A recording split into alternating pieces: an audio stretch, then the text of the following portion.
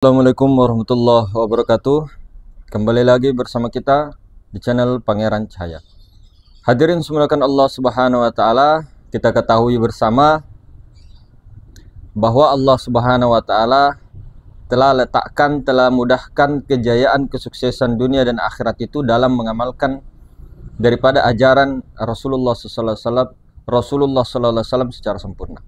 Assalamualaikum warahmatullahi wabarakatuh. Kembali lagi bersama kita di channel Pangeran Cahaya. Hadirin semuliakan Allah Subhanahu wa taala, kita ketahui bersama bahwa sesungguhnya kemuliaan, kesuksesan, kejayaan, kemakmuran dan sebagainya Allah Ta'ala letakkan daripada mazhar kenyataan Allah Subhanahu wa taala, utusan Allah, makhluk Allah yang paling sempurna, yaitu Sayyidun Nabi Muhammad sallallahu alaihi wasallam. Maka berkat beliau, berkat sahabat beliau, keluarga beliau, zuriat daripada beliau, kemudian ulama-ulama, wali-wali Allah Subhanahu wa taala yang tetap memegang teguh daripada Thariqatul Muhammadiyah, tariqatnya Nur Muhammad sallallahu alaihi wasallam, tariqahnya baginda Nabi besar Muhammad sallallahu alaihi wasallam.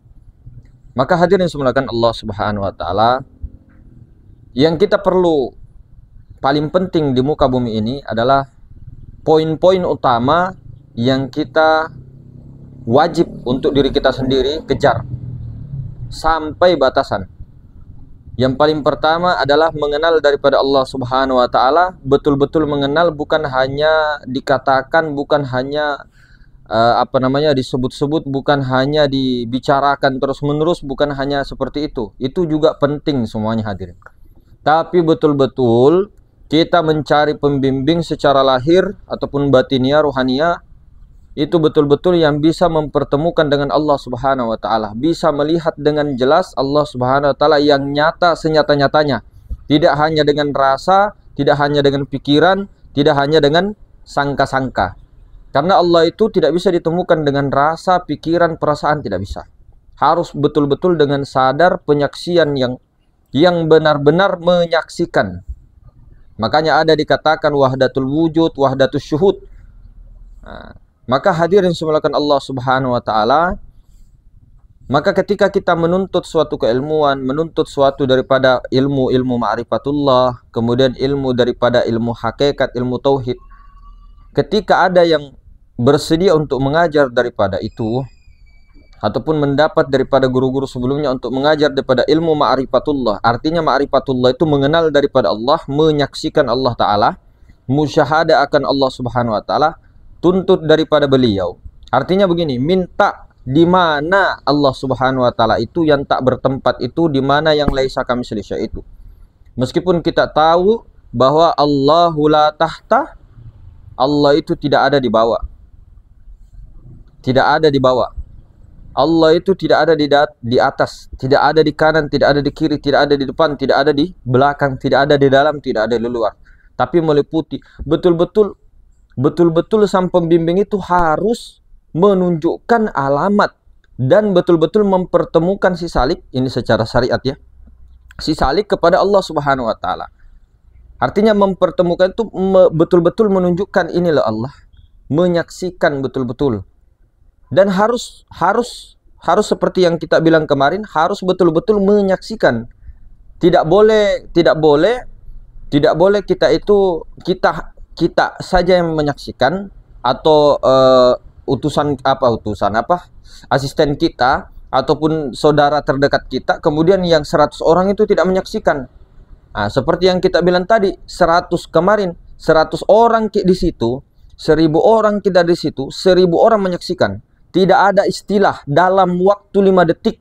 Kalau memang orang paham, melihat dengan mata basirah, kemudian dia betul-betul mengenal daripada Allah, artinya menyaksikan Allah, dalam waktu 5 detik 1000 orang itu bisa melihat Allah. Tidak ada istilah dalam waktu setahun, 2 tahun, 3 tahun, 4 tahun. Itu kan metode untuk menyaksikan Allah, untuk tahap kepada penyaksian kepada Allah. Tapi ini masalahnya Pak, ini masalahnya kita mengajar ma'rifatullah. Ini syariatnya, mengajar ma'rifat Allah, mengenal Allah, tapi tidak ditunjukkan Allah, hanya ceritanya. ceritanya di kitab ini, itu semua betul. Betul aja itu di kitab-kitab. Tapi setelah itu kan referensi, dalil, penunjuk. Jangan bertahan di situ. Artinya ketika kita menjelaskan tentang Allah, terus menerus tunjukkan itu yang bernama Allah. Karena ma'rifat Allah, ma'rifatullah, ma'rifat zat. Artinya tauhidnya itu ya harus ke zat. Zat itu laisa kamitslihi syai'. Oke. Dan 100 orang, 1000 orang yang menyaksikan Allah Ta'ala itu secara syariat ya. Artinya hakikatnya Allah Ta'ala sendiri yang menyaksikan dirinya. Tapi ini secara syariat, secara kenyataan, hakikatnya Allah Ta'ala sendiri. Artinya 100 orang, 1000 orang di situ betul-betul sepakat semua bahwa itu memang Allah. Tidak ada 99 percaya, kemudian 99 tidak. Atau tidak ada 500 orang percaya, 500 orang tidak ada. Pokoknya dalam 1000 orang di situ, 1000 orang percaya di situ. Artinya ketika ditunjukkan itu yang laisa kamitslihi syai'. Jadi kita menuntut itu yang paling poin pertama di muka bumi. Beda kalau di Toriko, memang di Toriko tidak ditunjukkan karena Toriko itu kan sudah jalan untuk menuju kepada zat Allah itu. Untuk menuju ke situ. Tapi sebelum menuju kepada zat yang bernama Allah, ilahi anta maksudi, ya wajib tahu dulu yang mana Allah. Artinya wajib melihat Allah. Nah, ini penting sekali hadirin. Karena 2 kalimat syahadat itu tidak main-main. Di situ syahadat menyaksikan benar-benar itu. Bukan hanya kita mengucapkan, tapi betul-betul menyaksikan. Nah, syariatnya kita, tapi hakikatnya Allah Ta'ala sendiri yang menyaksikan dirinya. Allah Ta'ala sendiri mengenal dirinya. Allah Ta'ala sendiri yang memuji dirinya. Sehingga berlakulah di situ. Tuntutlah ini kepada orang-orang yang mengajarkannya secara keilmuan makrifat dengan hakikat. Kalau Toriko dengan syariat lain. Toriko itu jalannya untuk menuju ke situ. Artinya untuk duduk. Untuk duduk sampai tingkatan fana. Artinya fana itu hilang rasa-rasa kemakhlukan pada dirinya, terganti kepada rasa Allah semata-mata. Baru di atasnya baqobillah, kekal rasa Allah itu. Nah, itu. Jadi poin pertama itu tadi, menyaksikan benar-benar yang bernama Allah itu yang mana. Kemudian yang bernama Allah itu yang mana. Atau kemudian yang kedua, bagaimana setelah mengenal Allah itu bisa sampai ke tingkat fana, otomatis pakai torikoh. Kemudian setelah itu bisa membedakan ini qadim dengan muhaddas. Otomatis kalau sudah tahu yang bernama Allah, pasti bisa membedakan yang mana qadim, yang mana muhaddas, yang mana makhluk, yang mana kholik. Bisa itu. Karena yang kholik itu intinya yang tidak berbentuk, yang laisa kamitslihi syai'. Bukan hanya yang halus, tapi maha halus lagi. Maha halus. Jadi seperti itu hadirin sekalian. Nah, kemudian setelah itu betul-betul paham jalannya untuk menuju ke fana. Lalu setelah itu tata caranya betul-betul bersistinja lahir batin. Suci lahir batin. Oke. Kemudian tata cara bersyahadatnya betul-betul menyaksikan. Betul-betul paham cara bersyahadat itu. Syariat ya hakikat. Kemudian paham cara mendirikan sholat secara syariat yang hakikat. Kemudian terakhirnya nanti tidak ada istilah kita meyakini napas ini putus. Siapa yang menceraikan tubuhnya zat dengan sifat itu akan bercerai. Mencerai nanti di akhirat. Kalau dia menceraikan zat dan sifat di dunia ini. Kalau dia menceraikan rohaninya dengan jasmaninya, baik itu di dunia sekarang dia meyakini itu bahwa nanti saya akan dicabut, rohani saya dicabut, napas saya sudah dicabut, maka nanti akan dicabut beneran. Jadi jangan meyakini itu. Napas tidak tercabut, rohani tidak terpisah dari jasad. Itu harus menjadi iktikat kita hadirin sekalian. Harus menjadi iktikat kita itu.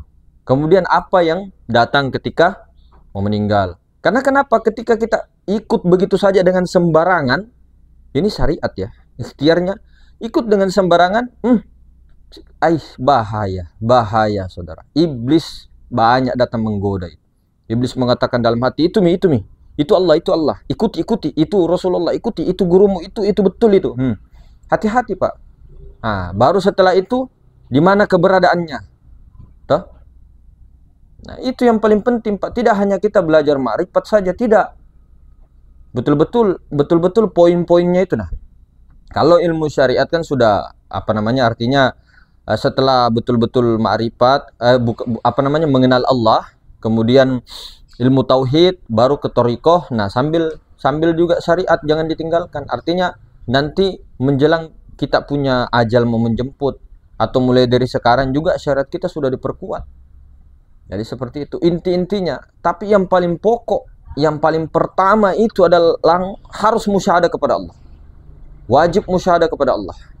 Kalau tidak menyaksikan Allah, tidak akan pernah menyaksikan. Pengenalan kita di dunia ini terhadap Allah Subhanahu wa taala, begitu juga di akhirat, hadirin. Makanya Allah Subhanahu wa taala jadikan manusia itu dengan bentuk yang sebaik-baiknya. Di dalam Al-Qur'an 30 juz. Ada 29 huruf hijaiyah alif sampai ya. Ada satu huruf yang hilang di dalam Al-Qur'an. Ada satu huruf yang hilang di dalam Al-Qur'an itu. Kemudian di dalam tubuh kita ini juga ada satu huruf yang hilang. Ada satu huruf yang hilang, hadirin. Kalau kita lihat juga daripada jari jemari kita ini 10. Tangan 10 toh, jari jemari. Kaki kita juga 10, menjadi 20. Kemudian ini 7 lubang. 1, 2 lubang mata. 3, 4 2 lubang hidung. 5, 6 2 lubang telinga. 7 mulut, 7. Tambah lubang depan kelamin, depan sama belakang. Jadi 9, 29. Ada yang satu yang hilang. Ada satu yang hilang. 99 juga Asmaul Husna, ada juga satu yang hilang. Bukan hilang sebenarnya, rahasia. Artinya rahasia itu yang la sautin wala harfun, yang betul-betul itu menjurus kepada Allah Subhanahu wa taala. Maka ini hadirin sebenarnya, bahkan di nama alif lam lam ha itu saja itu sudah luar biasa. Tahu tasdid di atas huruf lam itu, lam di tengah itu. Tasdid, ada huruf tasdid, kemudian ada alif. Nah, mulai alif kecil itu yang paling atas. Itu ibarat martabat ahadiyah. Kemudian yang tasdid itu wahda wahidiyah. Baru di sini alif lam lam ha itu alam malakut, misal, ajsam, insan 4. Jadi itu martabat, Pak. Lafaz alif lam lam ha itu martabat daripada martabat awal, martabat ahadiyah sampai martabat insan, martabat 7. Nah, ini sangat luar biasa, Pak. Maka ketika sudah mengetahui betul-betul la sautin wala harfun, la sautin wala harfun itu, yaitu Allah Subhanahu wa taala, zat yang laisa kamitslihi syai', maka kembalilah kepada mengucap namanya, mentakbirkan namanya Allah, Allah, Allah, Allah, Allah, Allah, Allah. Sebagaimana Sayyidina Abu Bakar Siddiq ditalkin oleh Rasulullah SAW di Gua Thur. Beliau disuruh pejamkan matamu, kedua lutut bertemu, pejamkan matamu. Nah, khofi, zikirnya Allah, Allah, Allah, Allah. Kemudian Sayyidina Ali juga disuruh ikuti Rasulullah SAW, pejamkan matamu dengan anukan lutut. Katakan la ilaha illallah, saya dulu 3 kali, baru kamu 3 kali, wahai Sayyidina Ali. Baru turun terus. Nah, jangan sampai kita itu sudah sampai di la sautin wala harfun baru tidak mau kembali ke lafaz Allah la ilaha illallah, karena itu yang paling inti itu. La ilaha illallah. Afdal zikri fa'lam annahu, ketahuilah zikir yang paling utama itu adalah la ilaha illallah. Nah, terkumpullah di kalimat Allah itu. Nah, kalimat Allah ini menghimpun semua zikir, subhanallah. Zikir, semua zikir-zikir menghimpun. Mau zikir nyawa di situ, zikir rahasia di situ, zikir rahasianya di situ, semua terkumpul di situ. Martabatnya juga martabat 1, martabat ahadiyah, sampai martabat insan 7 itu terkumpul di lafaz Allah. Terkumpul semua zat, sifat, asma, af'al juga di lafaz Allah. Kenyataannya mim ha mim dal, Muhammad, la ilaha illallah, Muhammadur Rasulullah. Sebagaimana juga di dalam kitab Al-Barzanji disebutkan la ilaha illallah Muhammadur Rasulullah. Artinya setelah itu apa? Atau sebelumnya? Miftahul jannah la ilaha illallah. Kunci jannah itu la ilaha illallah. Jannah di sini jangan cuma diartikan seperti itu. Artinya kenikmatan yang terbesar itu adalah jannah yang di situ Allah Subhanahu wa taala sendiri yang ada. Nah, maka hadirin dimuliakan Allah Subhanahu wa taala, Bagaimana kita itu betul-betul memegang prinsip-prinsip utama yang betul-betul kita pegang ini sampai akhir. Nah, kita bukan bagaimana hadirin semulakan. Kita tidak pernah mengatakan, bahkan Puang sendiri guru kita, gurunya asli, artinya gurunya beliau pernah mengatakan bahwa kenapa di dalam tarekat ini tidak ada mursyid? Kenapa? Karena mursyid satu yang berupa-rupa wajahnya semua itu, rupanya itu semua. Mursyid itu hanya satu, Rasulullah. Itu istilah-istilah saja di dalam ilmu-ilmu tarekat. Makanya di dalam tarekat Nur Muhammadiyah Yusufiyah ini, artinya tarekat Nur Muhammad yang dibawa oleh Syekh Yusuf, sirnya Syekh Yusuf yang bertemu Nabi Khidir, kemudian ditalkin langsung daripada itu beliau itu hadirin semulakan Allah Subhanahu wa taala tidak pernah mengatakan kepada muridnya kamu ada istilah mursyid, tidak ada. Karena mursyid itu Sayyidina Nabi, Sayyidul Wujud, baginda Nabi besar Muhammad sallallahu alaihi wasallam. Itu. Oh, berarti maksudnya ini Nur Muhammad yang mana, Mas? Sayyidul Wujud yang mana? Lah, kita tahu kan, ini kan sudah diurut. Artinya begini, Nabi Muhammad itu kan makhluk. Oke? Oke, makhluk. Otomatis semua nabi-nabi yang ada juga makhluk. Yang khalikan hanya Allah Subhanahu wa taala. Berarti kalau makhluk itu fana, hancur, tidak ada toh? Berarti yang ada hanya Allah. Jadi kenyataannya Allah yang paling sempurna af'alnya itu pada Sayyidul Wujud. Berarti kalau kita bersalawat itu untuk diri sebenar-benar diri.